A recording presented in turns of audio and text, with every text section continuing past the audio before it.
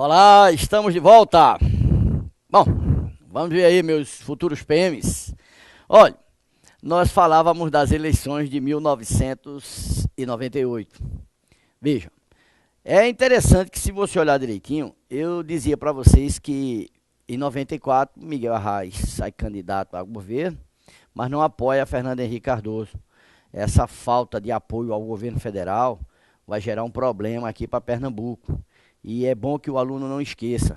Nesse quadriênio de 94 a 98, você tem uma crise muito forte aqui em Pernambuco.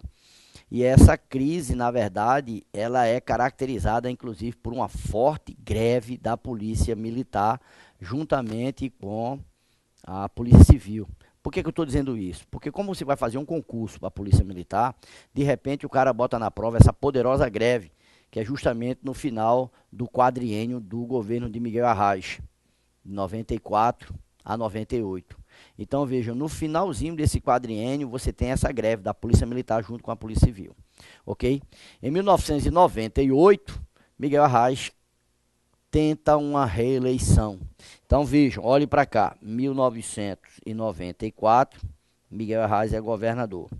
Muito bem, 4 anos, 1998, né?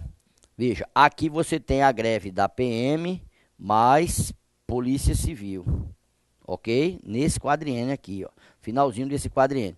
Em 98, devido à profunda crise que Pernambuco está vivendo, certo? Devido a essa crise, ele vai tentar a reeleição e ele perde. Veja bem, ele vai tentar a reeleição para seu inimigo número 1 agora, que é Jarbas Vasconcelos. Você vai dizer, puxa, olha, não pode esquecer que essa intriga entre Miguel Arraes e Jarbas Vasconcelos vem desde o período que Miguel Arraes volta do exílio e tentava sair candidato ao governo do estado de Pernambuco em 82. E Jarbas Vasconcelos disse que não, que o candidato natural era Marcos Freire, né? Resultado, Marcos Freire perdeu as eleições para Roberto Magalhães. E Miguel Arraes saiu deputado federal.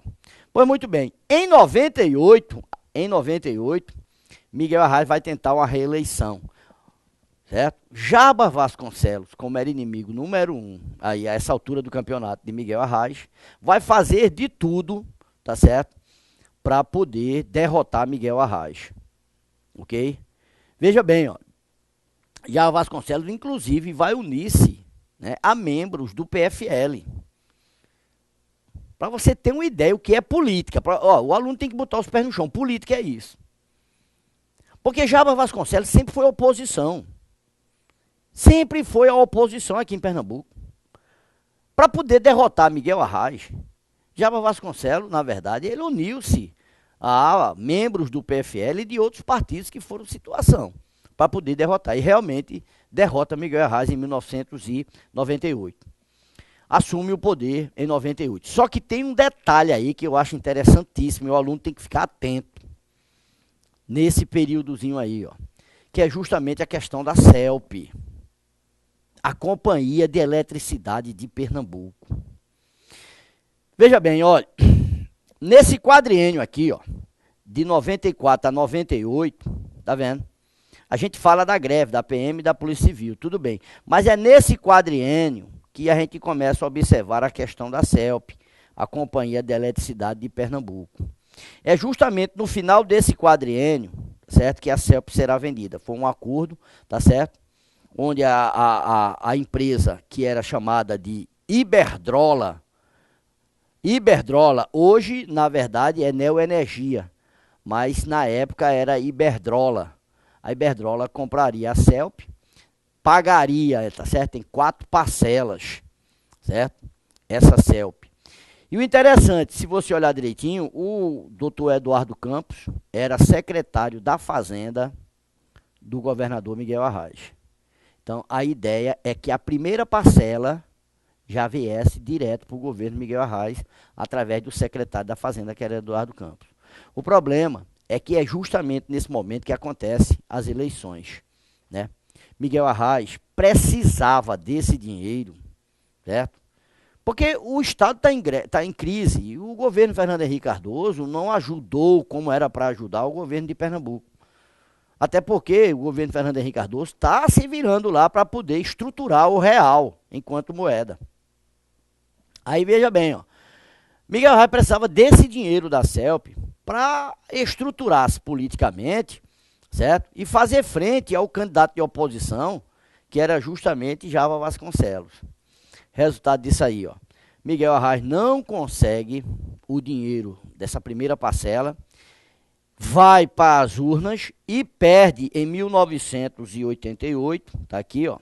Ele perde para seu arqui-inimigo Jarbas Vasconcelos. É por isso mesmo que a primeira parcela da CELP, da venda da CELP, vem para o governo Jarbas Vasconcelos. E com essas parcelas que vão aparecendo, tá certo? Foram 4 parcelas, se não me falha a memória, a gente consegue perceber que o governo Jarbas Vasconcelos, tá certo? Vai investir em estradas, como é o caso da duplicação da BR-232. Na época, na verdade, o governo Jarbas Vasconcelos foi extremamente criticado como uma obra superfaturada, certo? Você tem 232, a oposição dizia que a obra foi superfaturada e, assim sendo, essa obra ficou conhecida como 464. Ao invés de 232, a BR-232, pelo fato de ser superfaturada, dizia-se na época que ela era uma BR-464, ou seja, era o dobro do que se falava, tá certo? Que foi gasto naquilo ali, foi quer dizer, foi duplicado, tá certo? O valor que foi dito no gasto da construção, da duplicação da BR. Ok? Mas veja bem, ó. Mas voltando aqui, ó. Miguel Arraes é derrotado em 98, tudo bem, certo? No entanto, veja bem, Eduardo Campos, em 98, né? Eduardo Campos é deputado federal. É deputado federal. E aí você vai ter que entender o seguinte, 98, Eduardo Campos, deputado federal, ele vai logo observar essa questão da CPI, tá certo? Da Nike. CPI envolvendo a Nike e a CBF, né? A Confederação Brasileira de Futebol. Aí você pergunta, que escândalo foi isso? Veja bem, é o momento em que o Brasil, em 98, perdeu a Copa do Mundo para a França. E dizia-se que quem controlou, certo, na época, quem controlou essa Copa foram os patrocinadores. E dentro dos patrocinadores tem o maior dos patrocinadores, que era a Nike, tá certo? Então dizia-se que essa Copa foi vendida e quem comprou essa Copa e quem controlou todo esse processo de corrupção foi a Nike. E que envolvia justamente a CBF.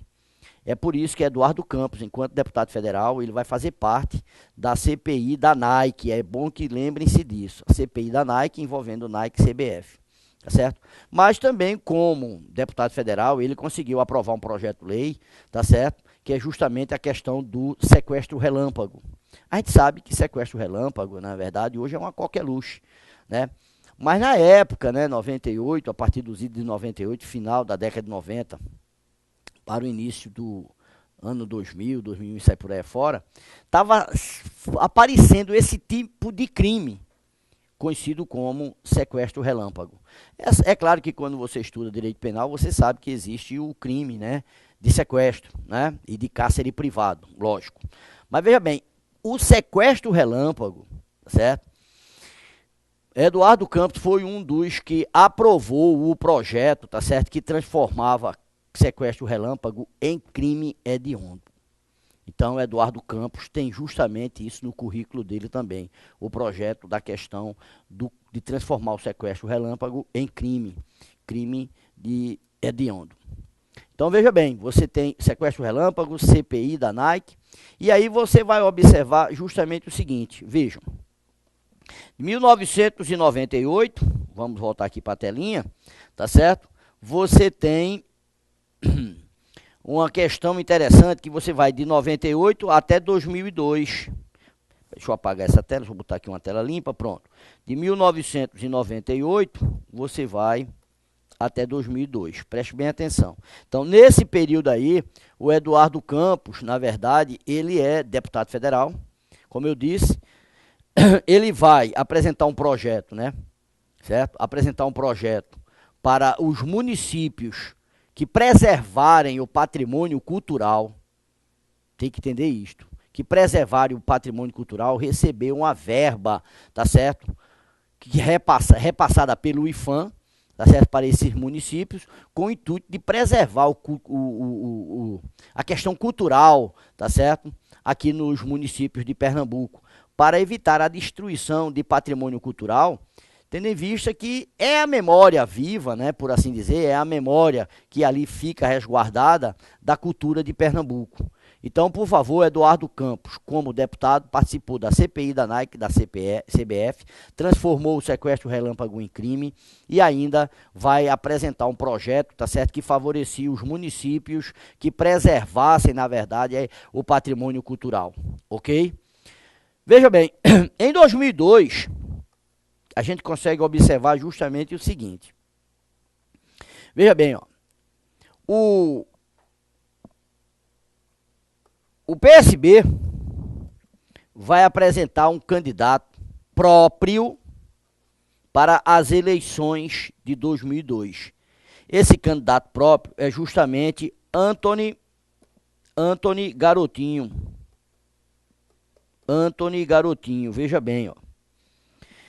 Então, no primeiro turno, nós temos aqui o PSB apresentando um candidato próprio. Certo? Porém, na verdade, esse candidato do PSB, Antony Garotinho, fica distante.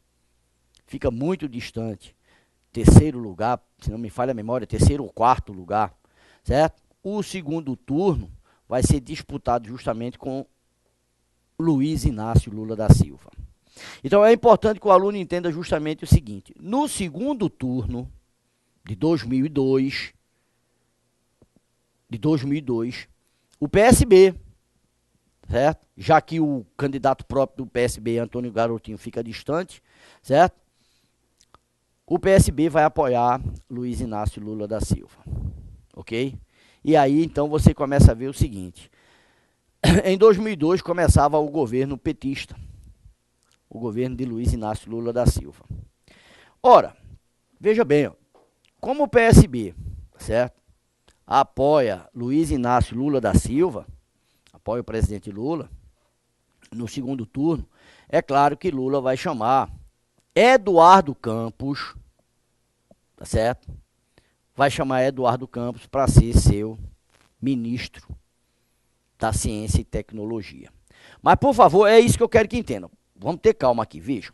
Em 2002, na verdade, ó, certo?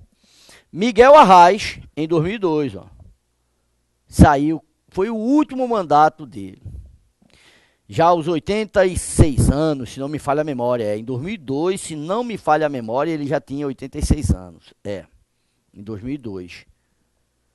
Depois eu vou ter que fazer umas contas direitinho, mas eu acho que em 2002 ele tinha 86 anos. Aí ele sai candidato a deputado. Foi o último mandato de Miguel Arraes. Ele vence, ficou em terceiro lugar, ou foi quarto lugar, se não me falha a memória, em 2002, Miguel Arraes. Em 2005, Miguel Arraes é internado, tá certo? E aí vem a falecer, depois de internado. Mas o último mandato de Miguel Arraes foi em 2002, certo? Para deputado federal. Ele vence para deputado federal pelo PSB. Agora veja, Lula vai para um segundo turno em 2006, certo? Vence as eleições de 2006, né? O seu ministro vai ser justamente Eduardo Campos, né? Ministro da Ciência e da Tecnologia. E eu acho interessante justamente o seguinte, deixa eu apagar essa telinha aqui, para a gente começar a ver o seguinte. Eduardo Campos, veja, ministro da Ciência, certo? Da Ciência e Tecnologia, certo? Tecnologia. Aí você tem justamente o seguinte, enquanto ministro da Ciência e da Tecnologia, Eduardo Campos, tá certo? Ele vai, na verdade, atuar, tá certo? Para a questão das células-tronco, pelo amor de Deus, olhe para cá. A grande discussão, né, que a gente sabe perfeitamente em termos de ciência, certo? É a utilização de células-troncos no tratamento de doenças, na verdade, praticamente incuráveis. Então seria interessante a utilização de células-tronco. E aí você tem o Eduardo Campos como ministro da Ciência e da Tecnologia, atuando fervorosamente, e que vai aprovar justamente essa lei da utilização de células-tronco. Hoje você pode ter células-troncos da medula, tem células-tronco hoje já utilizadas do umbigo, né, da questão umbilical, né? Que aí eu não sou expert nessa área, mas é importante que você entenda que o projeto e a aprovação, tá certo, para a utilização de células-troncos tem a ver com o ministro da Ciência e Tecnologia do governo Lula, Eduardo Campos, tá certo? Eduardo Campos também conseguiu aprovar a questão da biomassa, tá certo? A questão da biomassa, né? Biogênese, aliás, por favor. Essa questão da biogênese é interessante, que você sempre se discutiu a questão do transgênico, né? Até que ponto os transgênicos, na verdade, né, eles fazem bem, na verdade, para a humanidade. A discussão é muito forte, porque você pode observar a utilização, você pode alimentar-se, por exemplo, com milho transgênico hoje, certo? Ou o próprio animal alimentar-se do milho transgênico e você depois alimenta-se desse animal, porque é uma cadeia alimentar, né? Então, até que ponto essa questão desses alimentos, né, geneticamente modificados, eles, na verdade, serão benéficos para o homem. Então, toda essa discussão, na verdade, Eduardo Campos, como ministro da Ciência e da Tecnologia do governo Lula, vai participar disso aí. Ok? E afora isso, você ainda tem a questão que eu acho interessantíssima, e tome cuidado com isso. Olha, por que eu estou dizendo que você tome cuidado com isso? O que eu vou dizer agora. Você sabe que nós vivemos hoje, em 2016, um clima de Olimpíadas, não é isso mesmo ou não? Você vai dizer, sim, Olimpíadas, Rio de Janeiro e tal, o que é que isso tem a ver com Pernambuco? Não, na verdade, o que eu quero que você não esqueça é que você vai fazer a prova esse ano, 2016, o ano das Olimpíadas. Bom, você vai associar esse ano de 2016 que você vai fazer a prova com as chamadas Olimpíadas Nacionais de Matemática nas escolas públicas. Você vai dizer, como é que é, rapaz? Olha, Eduardo Campos, enquanto ministro da Ciência e da Tecnologia, foi ele que conseguiu aprovar, tá certo? E criar e aprovar, né, as famosas Olimpíadas de Matemática nas escolas públicas, né? Aí você diz, certo, mas por que eu estou dizendo isso? Porque você está vivendo um clima, na verdade, que é justamente o clima das Olimpíadas. Então você não deve esquecer, as Olimpíadas de Matemática foram criadas justamente por Eduardo Campos, ok? Enquanto ministro da Ciência e da Tecnologia. Então, observem aqui agora, em 2000, né?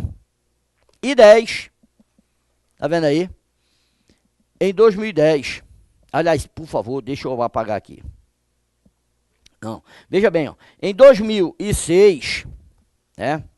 Em 2006, Eduardo Campos, na verdade, sai governador do estado. Ele sai governador do estado, né? E vai concorrer à reeleição em 2010. Em 2010 ele vence, veja bem, ó. Em 2010 ele vence, não é isso? E aí, veja só, olha, em 2010 ele vence, mas você vai ter que entender o seguinte, Eduardo Campos, em 2014, ele vai, né, concorrer à presidência da República. Ele vai deixar aqui Fernando Lira, como que era seu vice, né, como governador de estado, e vai concorrer, na verdade, à eleição presidencial. Essa eleição presidencial, Eduardo Campos, né, ele chama, na verdade, Marina para ser sua vice na chapa. O interessante do PSB. O interessante é que você vai ter que entender o seguinte, veja. Em termos políticos, né, essa questão da sucessão presidencial, em termos políticos, a gente sabe o seguinte, você tem o candidato do PSDB, que era justamente, né, o senador de Minas Gerais, neto de Tancredo Neves, está certo? Candidato, na verdade, à presidência da República, Aécio Neves. Muito bem. Mas veja bem, aquela discussão toda, antes de apresentarem realmente os candidatos, né, a ideia era uma união, cogitou-se essa união entre Aécio Neves e Eduardo Campos. Acontece que são dois grandes líderes. Ora, você tem em Minas Gerais um grande líder, que é Aécio Neves, que vem amparado por toda uma figura política que foi o avô, né? O Tancredo Neves. Aqui em Pernambuco, você também tem uma grande liderança política. Desculpa. Você tem uma grande liderança política. Peraí, deixa eu tomar um pouquinho de água aqui rapidinho.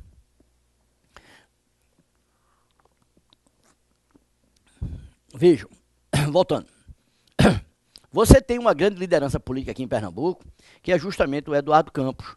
E que vem, na verdade, amparado por uma figura extremamente tradicional e uma grande figura política, que é justamente o avô também, Miguel Arraes. Então, quando você observa Aécio Neves e Eduardo Campos, a gente diz, numa linguagem bem popular, 2 bicudos não se beijam. Essa aqui é a verdade. Resultado disso aí, ó. Cogitou-se a ideia de um ser vice-presidente do outro. Porém, é importante que entenda. Aécio Neves tem um sonho, ser presidente da República. Não queria nunca ser vice de Eduardo Campos. Eduardo Campos, por sua vez, também tem um sonho, ser presidente da República. Não queria nunca ser vice de Aécio Neves. Assim sendo, cada um vai lançar uma candidatura própria. E vai disputar, na verdade, uma reeleição, né, com a candidata do PT, que é justamente a presidente Dilma Rousseff, a atual presidente. Ainda, né? Veja bem, ainda é a presidente. Quer queira, quer não. Mas veja bem, ó, resultado, o Eduardo Campos, na verdade, nessa campanha presidencial, né, a gente sabe perfeitamente que a ideia de deslanchar a campanha presidencial dele vinha justamente quando começasse o horário eleitoral e tal, pá. E quando essa campanha está deslanchando, sobretudo depois que ele chama Marina, né, para ser candidata a vice-presidente na chapa do PSB, até porque Marina teve uma votação muito expressiva, né? Teve uma votação muito expressiva em 2010. Então, Eduardo Campos chama Marina para ser... Eduardo Campos que eu estou falando, porque Eduardo Campos é o presidente do PSB, era o presidente do PSB. Então, chama Marina para ser candidata, na verdade, na chapa, né? E aí, então, é quando você vê a morte, né? A morte trágica, né? Do avião, quando ele cai ali em Santos, tá certo? Morria ali o grande político pernambucano, tá certo? Eduardo Campos. Então, veja bem, a política pernambucana, na verdade, ela vai perder um grande líder em um momento extremamente crucial para a história do Estado, né? Extremamente crucial. Quando eu digo crucial, é porque você não pode esquecer o seguinte: a partir do momento, né, que a gente começa a ver todo esse escândalo que estão aparecendo aí, todo esse desvios de verbas e tal, papapá, a gente espera que a coisa seja apurada em detalhes. Porque, se você for olhar direitinho, o governo Eduardo Campos vai viver notadamente, tá certo, essa questão da refinaria e a questão justamente da transposição do Rio São Francisco. E aí você fica perguntando, certo, como é que a gente observa isso aí? Bom, a refinaria, né, que vai aparecer aqui no governo Eduardo Campos, a refinaria, na verdade, é uma coisa que vinha sendo discutida há muito tempo. E que Pernambuco apresentou, na verdade, né, as grandes características naturais, né, para um desenvolvimento de uma refinaria naquela região de Suape. Um porto natural muito bom, muito bem estruturado. Então, Pernambuco apresentava todas as características técnicas para a implantação da refinaria. E aí a gente sabe perfeitamente que essa refinaria, tá certo? É uma refinaria binacional, porque envolve Brasil e Venezuela, ok? O presidente Lula, na realidade, juntamente com o presidente Hugo Chávez, o presidente da Venezuela, vão estabelecer aqui, inclusive o nome, é o nome Refinaria Abreu e Lima, em homenagem justamente a um grande herói que foi Abreu e Lima, tá certo? Um grande herói, Abreu e Lima aqui. E aí você vê o seguinte, além dessa questão da refinaria de Abreu e Lima, vem também a questão da transposição do Rio São Francisco. Então veja bem, hoje quando eu digo que é um momento crucial, é para que você possa entender a crise econômica que Pernambuco está passando, que o Brasil está passando de um modo geral. E a gente diz que Pernambuco perdeu um grande líder justamente nesse momento crucial, né? Alguns doutrinadores, alguns cientistas sociais chegam ao ponto de dizer, Pernambuco, se tivesse sob a orientação, tá certo, do Eduardo Campos, talvez não tivesse vivendo uma crise tamanha. Mas é importante que a gente entenda que o sucessor do Eduardo Campos, tá certo? O sucessor do Eduardo Campos, o doutor Paulo Câmara, tá certo? Está fazendo o que ele pode fazer, né? Diante de uma crise de caráter nacional. Então, a gente tem que começar a observar que fica difícil para qualquer governador, a essa altura do campeonato, tá certo? Desenvolver, né, um projeto econômico, tá certo? Se a crise, na verdade, não é apenas regional, não é apenas localizada aqui em Pernambuco. A crise tem um caráter, na verdade, nacional. E a gente espera aí, tá certo, que o doutor Paulo Câmara resolva ou minimize de qualquer forma, tá certo, essa crise que o Estado está passando.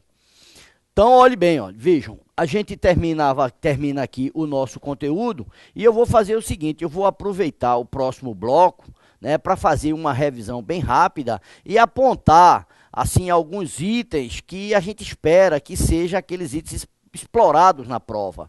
O aluno tem que observar alguns itens que eu vou dizer é a chamada dica de última hora, né? O que a gente acredita que provavelmente seja explorado pela banca examinadora. A gente volta já já, 2 minutinhos, tá ok?